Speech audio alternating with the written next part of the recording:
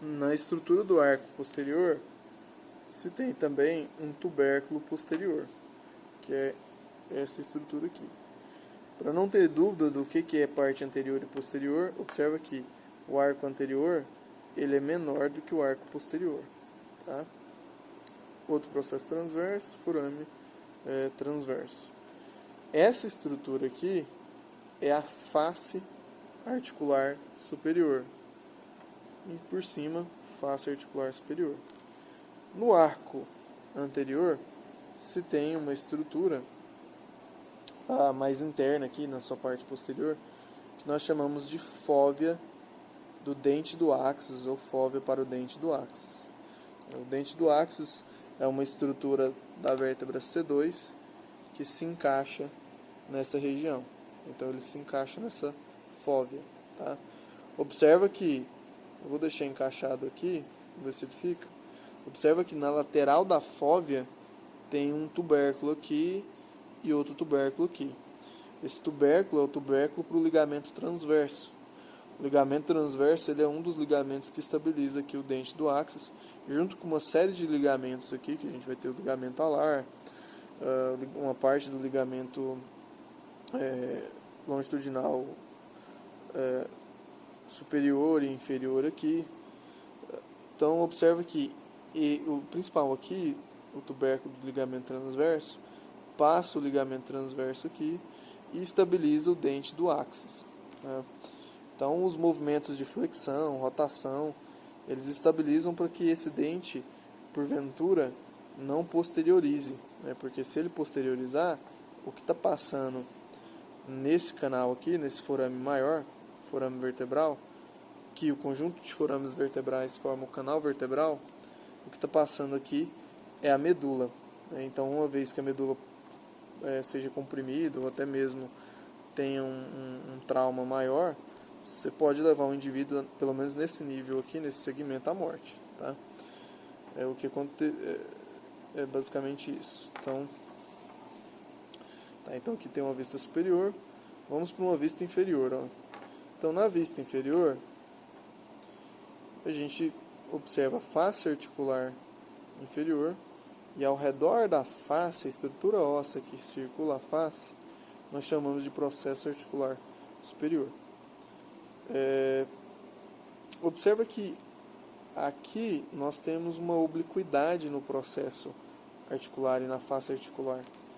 Em contrapartida, na face articular superior, a gente não observa isso. Aqui eu tenho uma concavidade, né?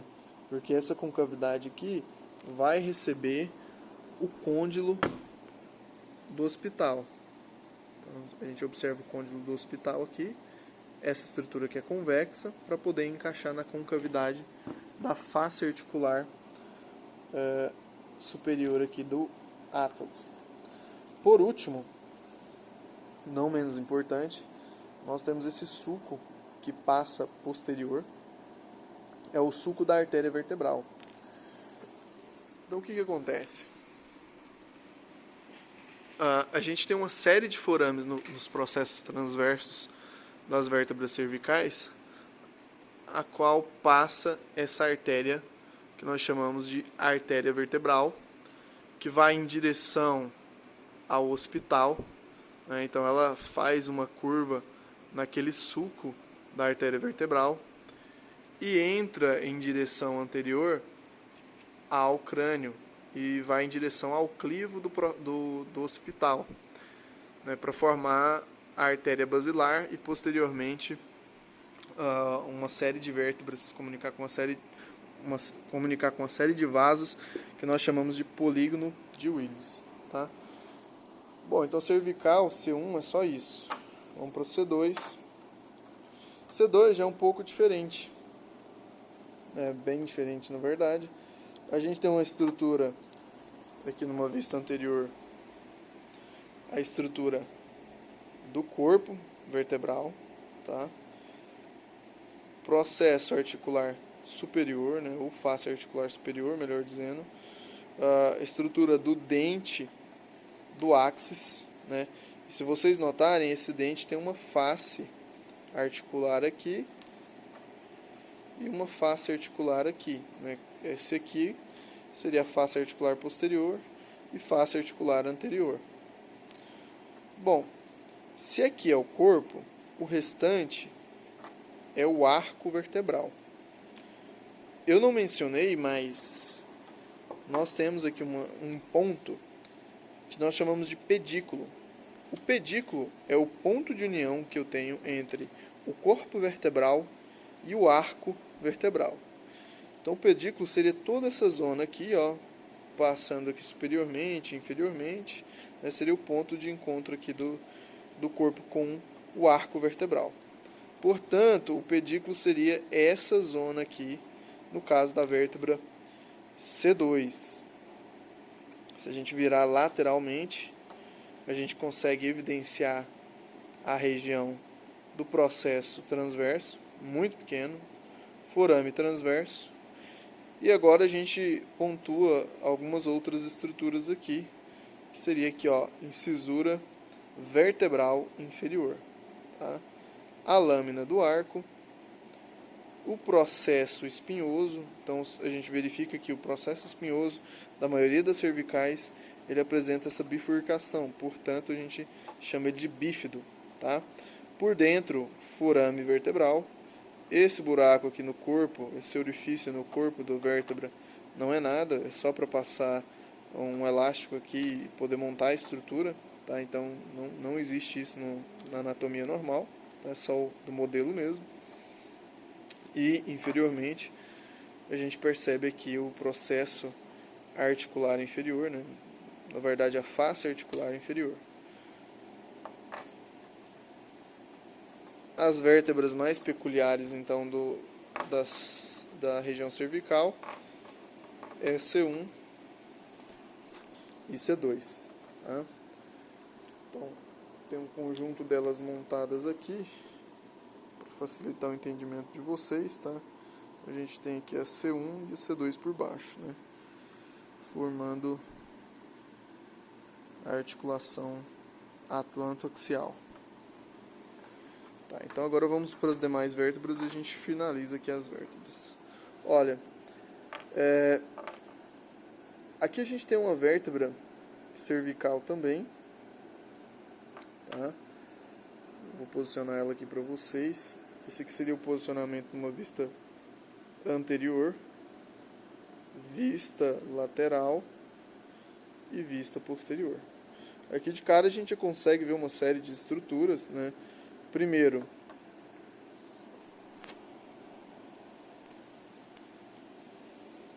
a gente tem a região do corpo vertebral.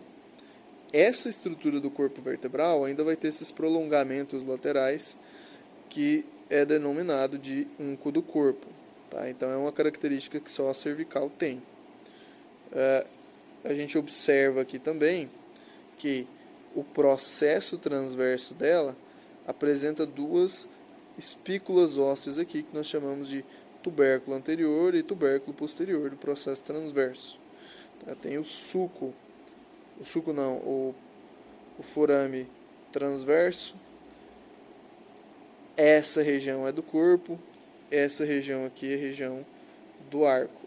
Então, entre o arco e o corpo a gente tem a região de pedículo. Além disso, observa que a gente tem uma incisura aqui. Está voltado para superior, incisura articular superior. Isso aqui é importante porque essas incisuras vão formar um forame que agora eu vou comentar com vocês. Forame vertebral, lâmina do arco, processo espinhoso bífido. Eu só processo espinhoso, mas tem que lembrar que no caso cervical ele é bífido. Por último, a gente consegue verificar aqui a face articular e o processo articular superior e o processo articular inferior, E além disso, deixa eu ver se eu consigo mostrar aqui, ó, a incisura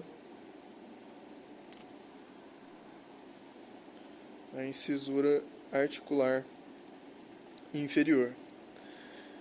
Bom, basicamente é isso. Então, de C3 a C6 vai ser esse formato aqui, mudando alguma coisinha ou outra, tá? Vamos para a C7.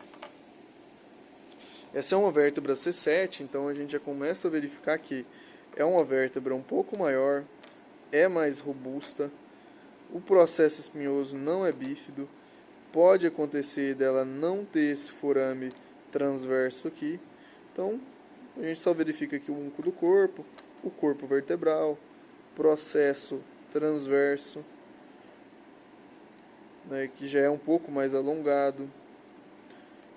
Se tem aqui o processo articular superior e a face articular superior, as lâminas do arco, né, as lâminas do arco vindo em direção posterior para formar aqui o processo espinhoso.